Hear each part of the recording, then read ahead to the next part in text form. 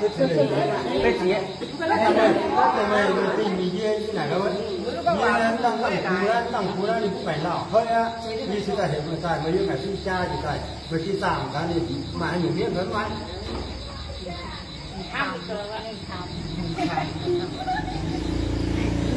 trong giàu làm gì để cả người đấy mà cái mà biết vẫn mãi mà à mà cái nhiều cho biết với cái hát ra biết nhớ theo biết nhưng cái vương biết với những ngày lùng biết những ngày lùng biết á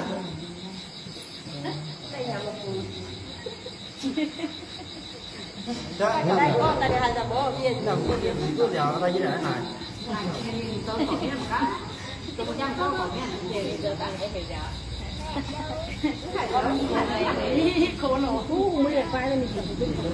ô pam ta thà ra nè pha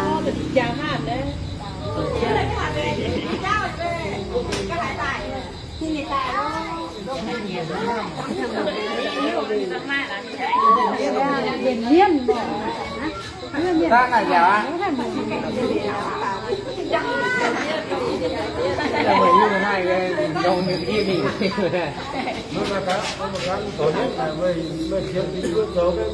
chào phải nhang gì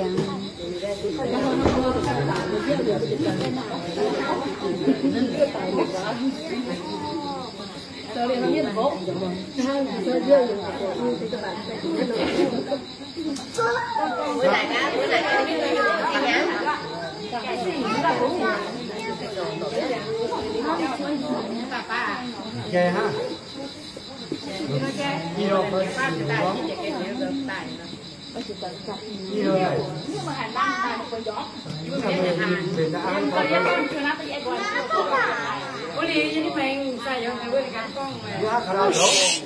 có vả khô quá gì vậy cái này thì cuộc giống như món đấy đấy á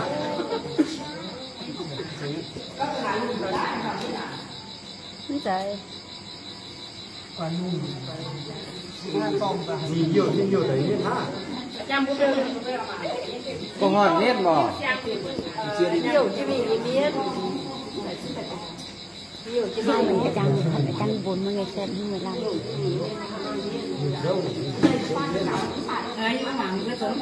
vâng lên đây xem chị ơi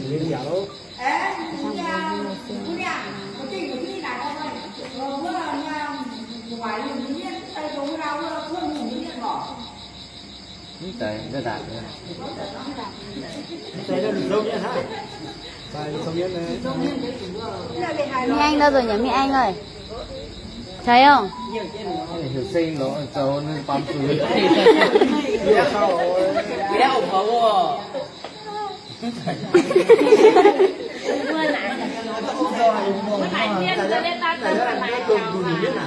như là chiên một cái rồi đi đúng lắm đây là hiểu sinh rồi không chết vô phải chụp viết xiết lên gì bảo hải tờ nó có tôi tụi tỏ biết nên đúng tải đúng không tải cái chiên gì đấy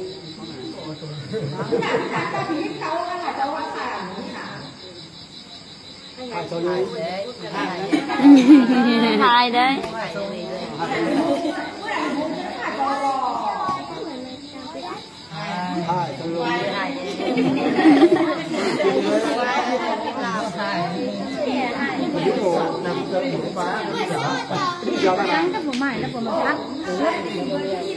toàn ta trang miền thăm sờ hàng làm cái gì đó mà nó bồn thăm bồn phút như vậy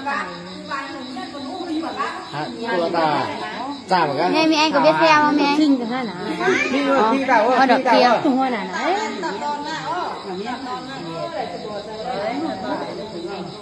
có phải nhưng mà sẽ miên lắm mà ôi phía luôn à cái phía nhiều quá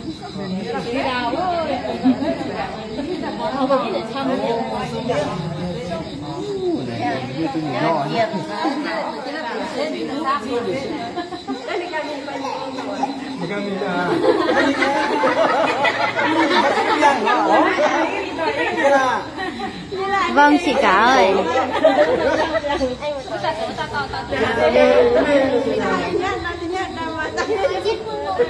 cái cũng có con này con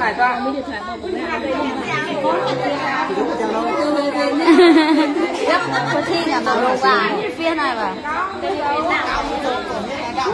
là em có thể có cái liều rồi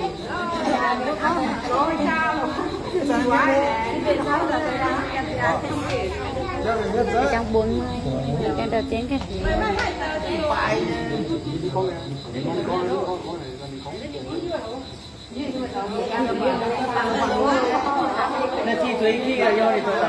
nhiều người xem lắm mọi người ơi. mùi này đâu mà thì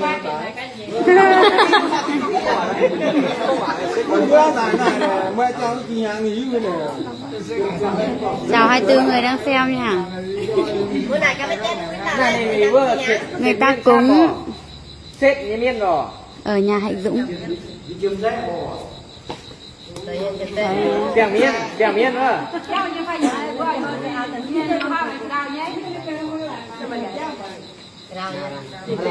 Mi Anh ơi, Mi Anh không xem à? Mà xem về đây. Về đây xem này. Bên này mà bằng con năm tàu này, tôi chi nhá này. đi chào làng đi chào Bước chào hả? Học cái này thì truy lên một cái. Thảo đi nào cơ mà Thảo? Truy lên một cái. Đây này. Vào đây thôi. con nuôi được bữa nhá đi khắp bữa nhá đi khắp bữa nhá con đi khắp bữa Từ tổ chi nhang xuân viên này còn được gì cái có đi khắp bữa nhá biết thảo đấy Mi Anh ơi, con không xem à? Xem đi. Chuyến này.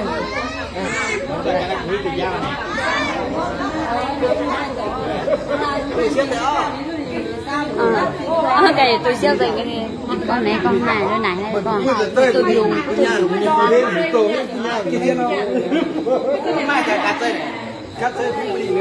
cái rồi mà cắt tay bữa đi người ta nín dẻo tôi hết cái cơ lên rồi là phải liên tục cái vườn nhỏ cái này cho cái vườn cây thì vườn có một cái cây thì dẻo này bóc là kỳ loạn Cái nhà hơi lùi không?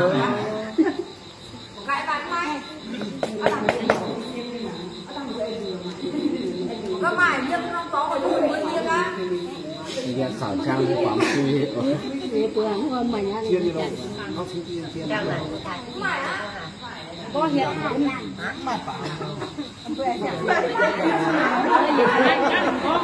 Đây này cố cố bảng không bỏ.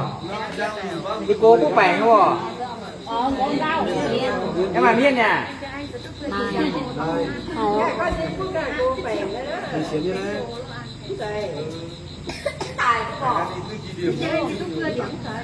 ta ăn phía này cơ mà.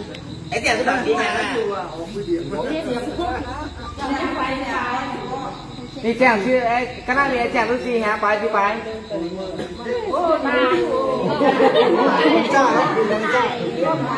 Này Này hỏi tài nhìn đây.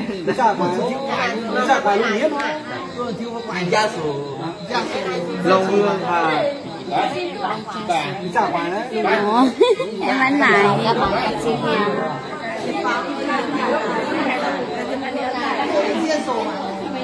Riêng hương nữa.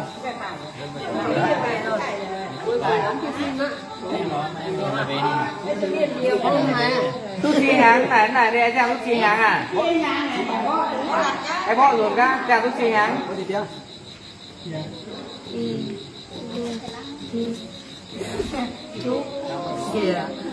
Em chàng tú chi háng. Đấy nghe ha, mất gì? Rồi chưa chữa toát, nãy dẻo á. Mời nó bên ngoài hóa để có view tụi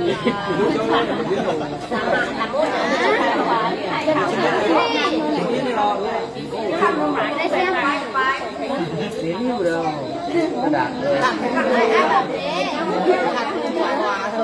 Sợ đâu? Tải. Vâng chị ạ.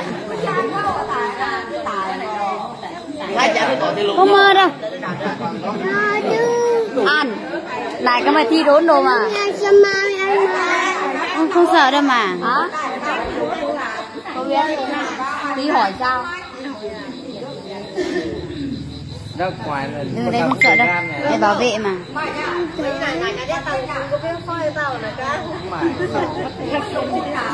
Miếng đâu.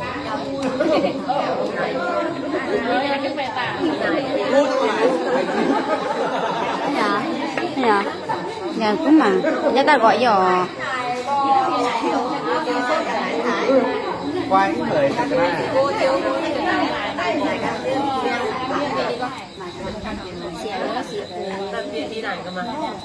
mình anh có sợ không? Thì được bài rằng bắt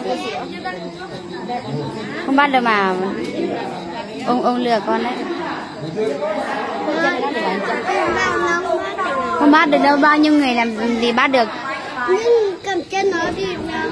Đấy, người ta cầm chân không đi được đâu đâu. Bỏ ra nó mới đi được. Không, bỏ ra nó ngã luôn đấy. Tiếng hỏi của nó kiểu nào? Tiếng hỏi của nó kiểu nào? Hả? Tiếng hỏi của nó kiểu nào? Cái gì? Tiếng hỏi của nó kiểu nào? Cái gì? Mẹ hỏi cái tiếng của nó. Người ta nói ấy. Người ta nói tiếng ngoài dâm hài à? Đấy, người ta nói tiếng người Dao thôi mà. Mẹ nói đi. Mẹ nói đi. Mẹ nói đi. Người ta đang nói, mẹ nói này.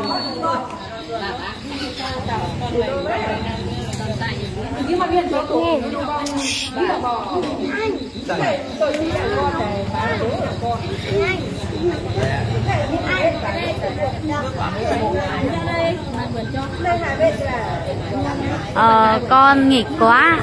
Thằng con trai đang nghịch. Tại anh tí mong quà thì bây giờ con mà nói tiếc này. Dốc.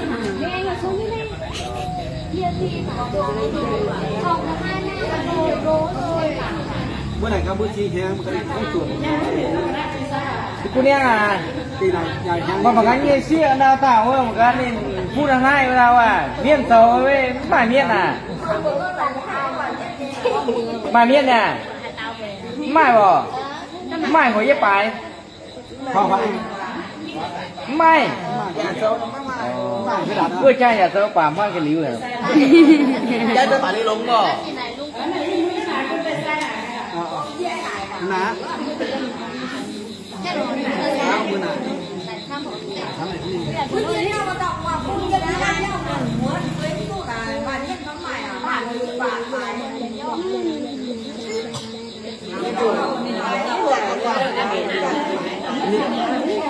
นี่cái gì sức gì nhỉ lao Đâu nè, ta quái không nè. ở đâu ạ chung em đây Từng con.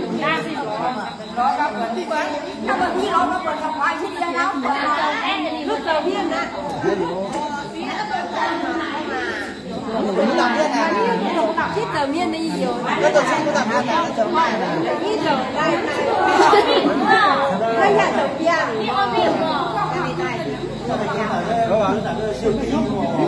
Nhà tủ miên nào bây giờ nó tủ. Đang cúng bạn ạ. cái gì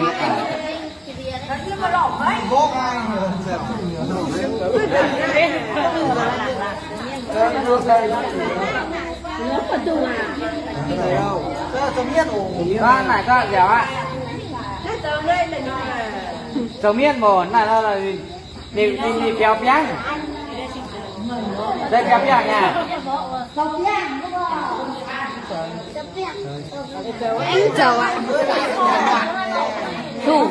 Thu hai ó hiu hai lỗ từ nãy trong quay rồi trời ơi Tôi thấu thì họ một cái.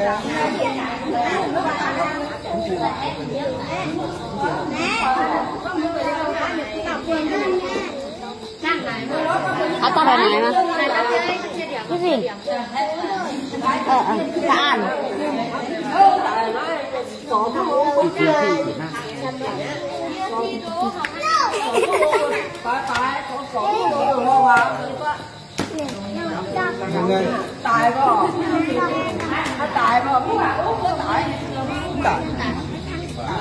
trong nhà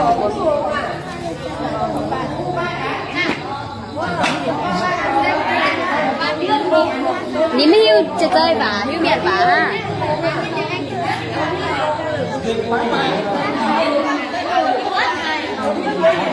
มียั่วกันตายหัวนะตั้ง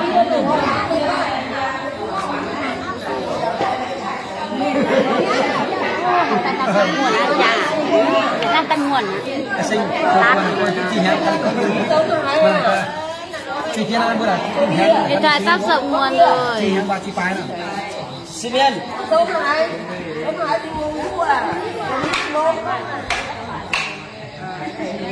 giá nhiều miếng là cái giá nhiều miếng ra này này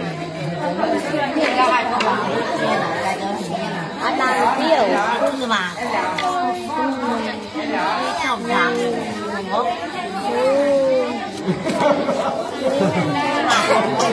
bói bạn ạ đấy cái kia nó là cái kia nó bằng này cái kia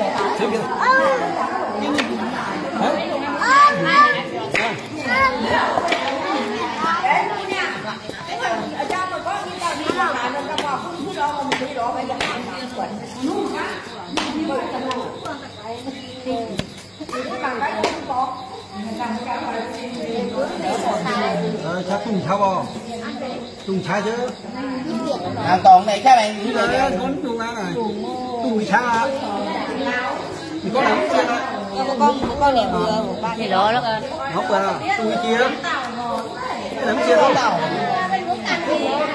thì đừng cho thấu bỏ vào cái không làm như thế nào cái bó thì nghe thì to có người đến như ta có người như con này nè nhà hai mươi mình tôi với nha lỗ đó lỗ cũng bất ta thì tôi nha mới mình cắt mình là mình cứ xí cắt nhà các bạn đi thôi nha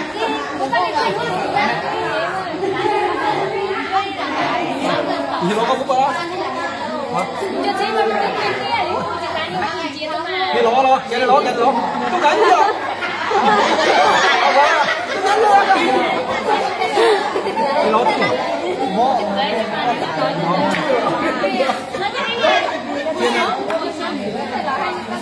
cái lỗ thì nó chỉ hí thôi đúng không? con là nái mà này những nguy điểm sao này đó sao? Cái khu này nào? Cái dưới cái này á?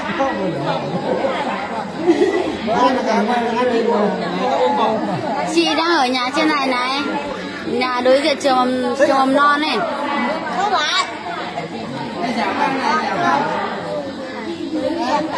đâu mà đối diện trường mầm non à không phải là cái gì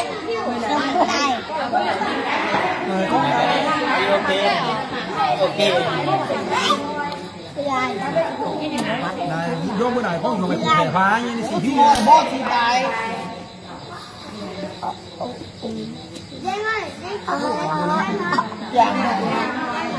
dạ tôi bia thôi bia nhàng à bia thôi dùng tháng không bia hoa quả bia phải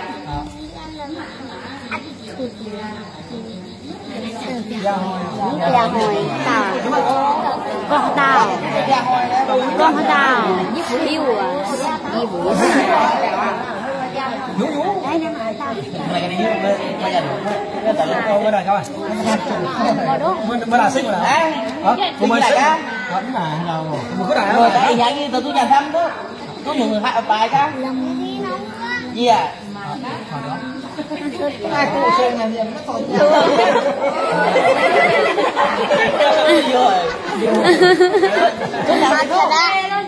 có hình bò lần đã ta đi làm phun nhà rồi thì có muốn mua này khờ muốn mua đi làm phun nhà mày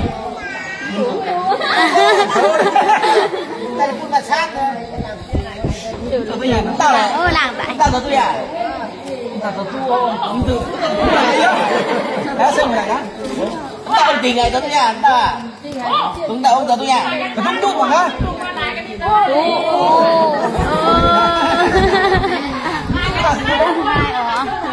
này á thì có nào nó luôn đây cái khối chứ hoa chưa dùng à bà chị sao chưa dùng một cái chứ hoa mày bay cá ta cá Ra đây đi. chiên đâu Tao buồn. có hắn em mày chứ hoa chưa dùng mày bay mà cá như rồi có bó tôi à thì hôm hắn mới lại Cái này hiệu quả luôn, nghe tôi đủ cái cho những cái là không mình làm cái gì á. Cái người hàng năm nó lại người rất là tài lý rồi. thì đi mất từ đấy Có đi mấy cái con thao trên giữa này có này giàu á giàu ta này giờ làm một ta giàu á giàu mình thăng mình tỏ năng mình tỏ giàu á nào có giàu cô đi ta tưởng tôi giàu tôi giàu này nó có này nó phần rồi kẻ xây có còn cái nhà biết đâu thì khác này chiên nó giờ tôi có đang ngủ đi giờ tôi mưa gió nó nhất thì chỉ có chỗ này tôi nhà mà này cái đâu mà biết bây giờ cho em hơi phiền máy mới này các bạn mới con này nhá mới này giờ đang sung rồi giờ cả hơi có bị cái nào chưa cái nào tham ăn đi cái này đã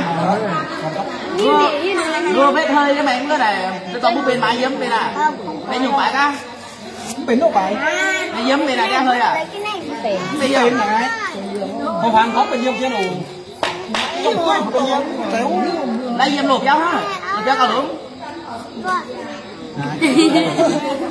tôi cái bên giấm là tôi phải nghe tham ăn cái này cắt mình đi Nón thì đứng lên. Đây này, đây yên cho nó quặn này. Quặn mình đi. Mà không xé được cho nó. Đây cũng quặn xé đâu. Các mẹ ăn xé. Có xé không? Không xé. Các bạn nào Thì con ma bắt rồi. này cái Cho nó mượn một tí nhá. Cho nó mượn một tí xong nghe em dùng giả bạt nhá. Ăn xì này coi đã ăn. ra đây. anh chỉ biết lại em cho biết lại rồi biết có xe lao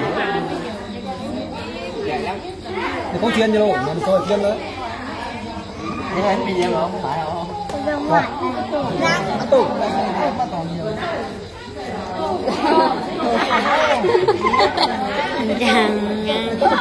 Cái vật kia này mà.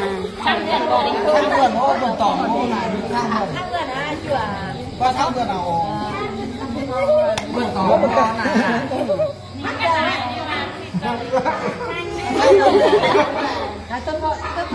Mà nó mà thuốc mà cháu này mua đi tao biết bây giờ tao biết mà số là cái gì ra hại có chứ tiền Ôi nuôi nhiều tỏi. không tiền đâu nhiều quan trọng nhiều hai rồi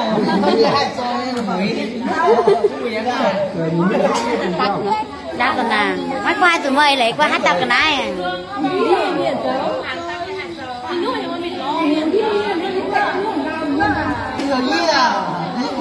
muốn con à có tiền gì không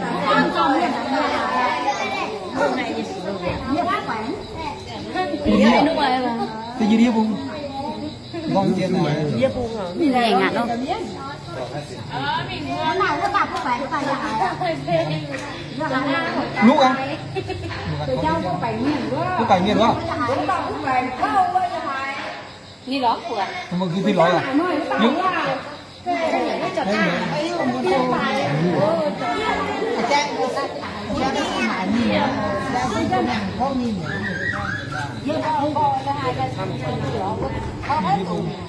bữa này tao nghe cứ phải là chỉ là có chỉ phải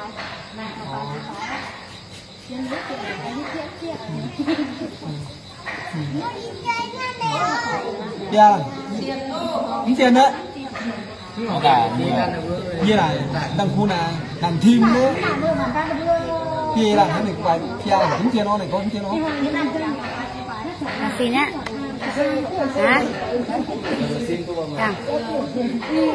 không chưa hả bà cái gì hả này không cái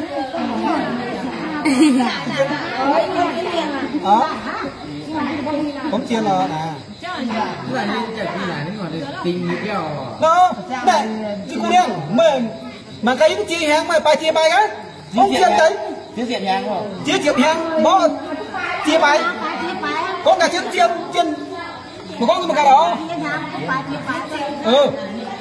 một sao không có chia không tiền thì kiếm tiền luôn kiếm tiền luôn con này tiền cái này thì bay này thì bay cái lên bay cái lên bay thôi mày dừng đi khi lát này nào xong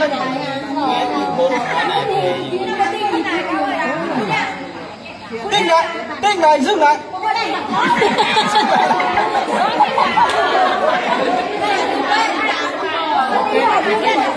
buôn tam rồi à buôn 8 rồi à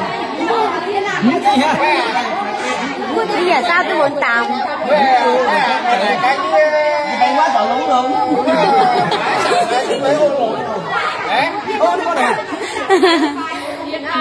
Vậy, mà cái gì anh tạm biết phải không? Không có này. cha bây giờ phải quá cái nào chuyên nữa rồi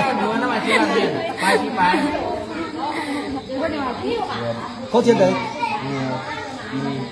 dạ chú làm chính rồi đến đây à chú làm thì có chuyên hả đấy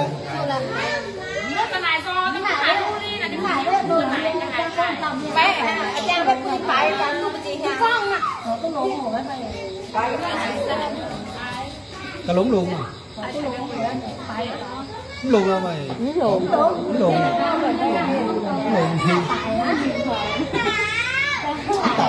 tại hắn lúng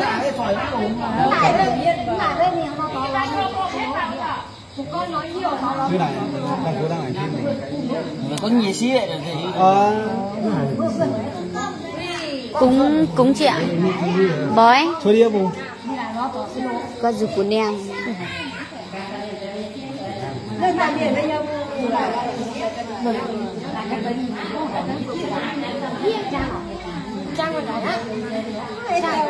cha mà cầm đồ và nhái đồ này toàn này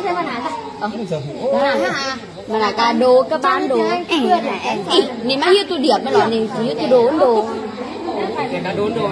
ở tầng này này cho nên này bà là mình hiếu rồi em bảo nhai đồ như thế này tại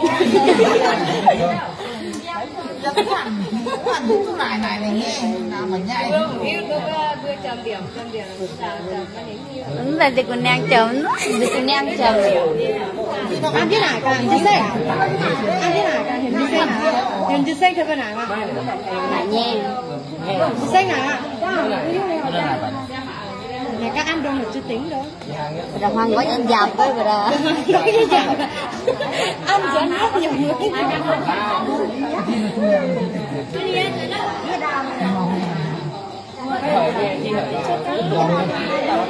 cái bếp mà ăn đồ vết của nó nổ sâu nhẹ nhặn hơi ô 5% hay 5% sai đâu điện thoại của mình sắp sập nguồn rồi còn 5% thôi chấm hưu đây trang này tới năm sập nguồn tát mà kinh tế này bằng tham quá xin ta hơi tăng cùi hơi nhiều tham xã hội hơn nên đi có là nhiều cá linh cả luôn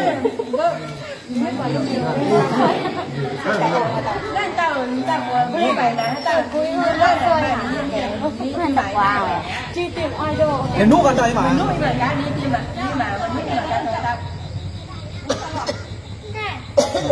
nuốt tầm thế này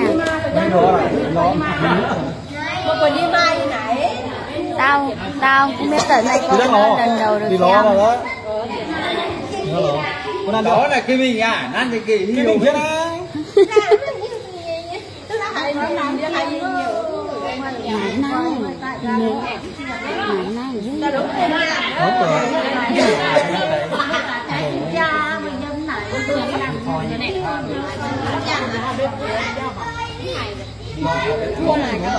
cái kêu tiền coi vẫn đây nó tạm biệt như mai như đây có bánh ra mà qua tôi cho mình nuôi qua cái bánh tạm biệt như mai như vậy chú à Này có mấy cái chung quần. Này có cái chung quần cái này là. Đi rồi. Vậy cha bây giờ lỗ cho đi này lỗ cả An em bảo An hỏi xem có đồ không mới mang. Bữa ăn như ba này. Ăn đây. Tí nữa họ hỏi xem xong hỏi sao. Gọi sao? Để chạy rác sầm nguồn rồi.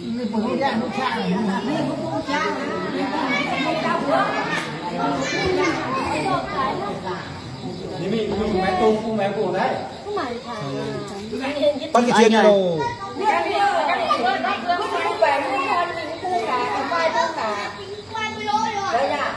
Trời đâu? Ơi, con không nói chuyện nhiều đâu nha. Gọi chiên đi đâu?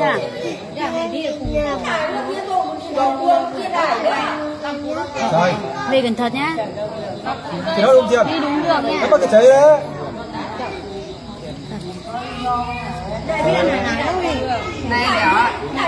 Đang bói em ạ. Đúng.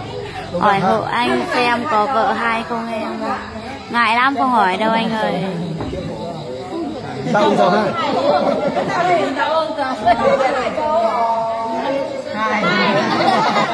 gì thiếu gì đấy? Anh ơi anh xuống đây hỏi. Em cũng không biết được chính xác không. Hai cái này. Hai giờ đi xem đây.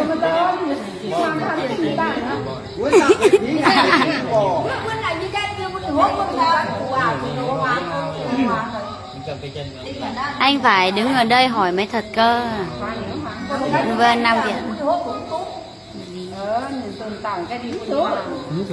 Cái biết sao nào rồi. Không, tao biết cái tụng. Tao biết. Lúc đi. Tao biết có cái miếng chiên nữa. Hắn có cái đọc ơi. Bói kiểu bà cụ ốm này, bà cụ ốm nên là bói. Đây. Nội soi. Thầy cho mày miếng cho nó đúng vừa. Anh xuống đây, anh xuống đây xong bà này mới nhìn thấy anh xong mới đúng. Miếng cho nó.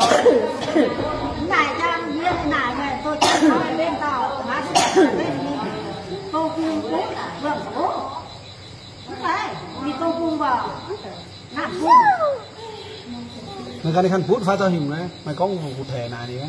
mình nạp cung cút vào cái này mình đi hái cho cút nó Đưa anh ơi, đưa anh. Hắn cho Ai hỏi cũng đi. thích không? Cái này. đi phố mía Sợ không?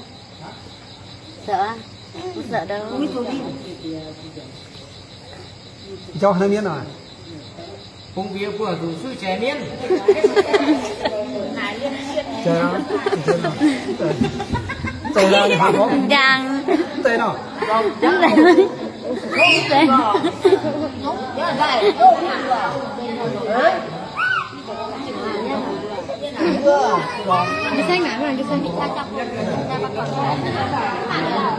Có 4 vợ càng tốt. Hàng này các mình sẽ phòng gồ à. Bên này các mình đô số 2 rồi. Này thì mà em nó lên như này.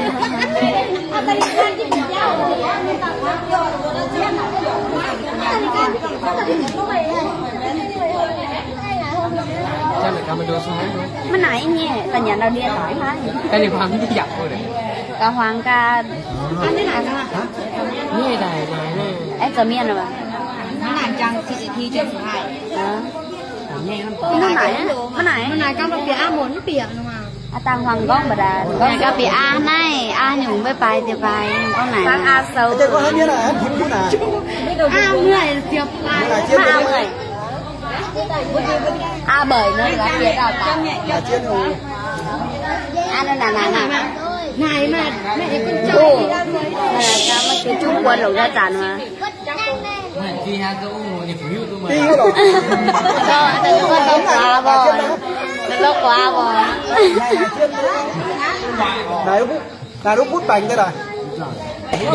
Không dám hỏi đâu, nghèo lắm, tiền thì không kiếm được đâu ra, không dám hỏi đâu. Mà này tao đi mất chưa nè. Phải có công việc ổn định mới dám hỏi.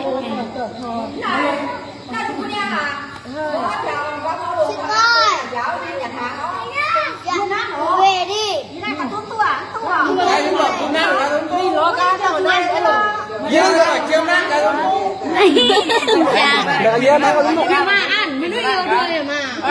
Tiền đi mình ăn thì nói Cũng đâu là nắm đúng chưa?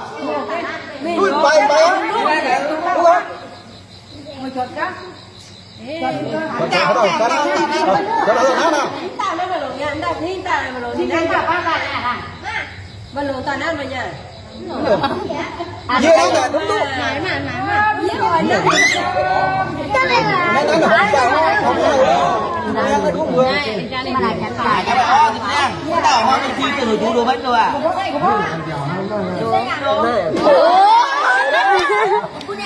Thế này cái chớp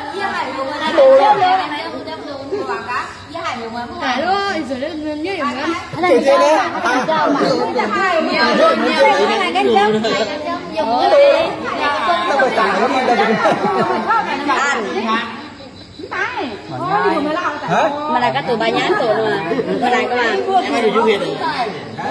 Tụi mà là nhiêu mà. Đứng nghe hai con mình như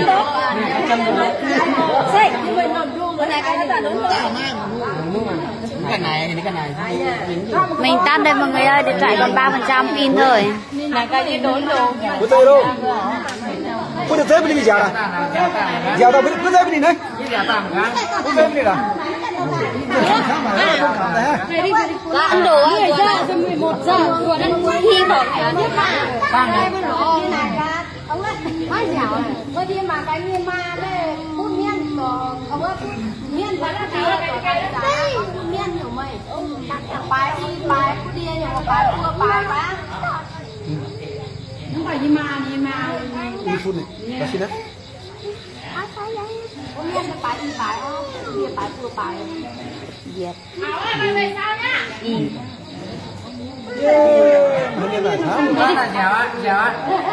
Giàu thường hết nha.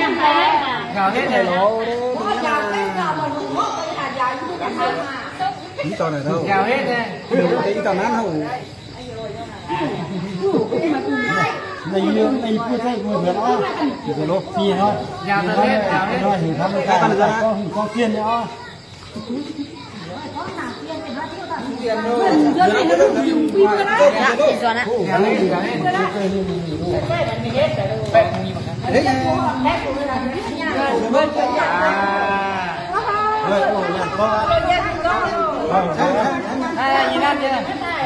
Tại pin tại 2%.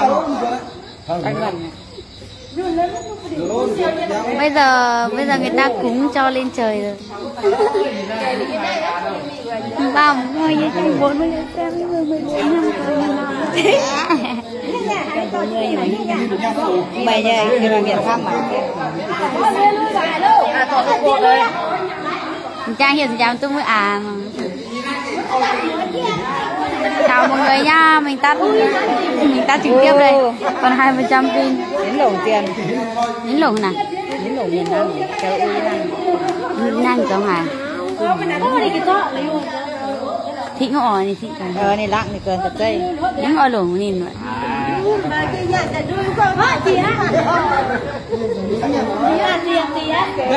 Rồi, chào mọi người nha.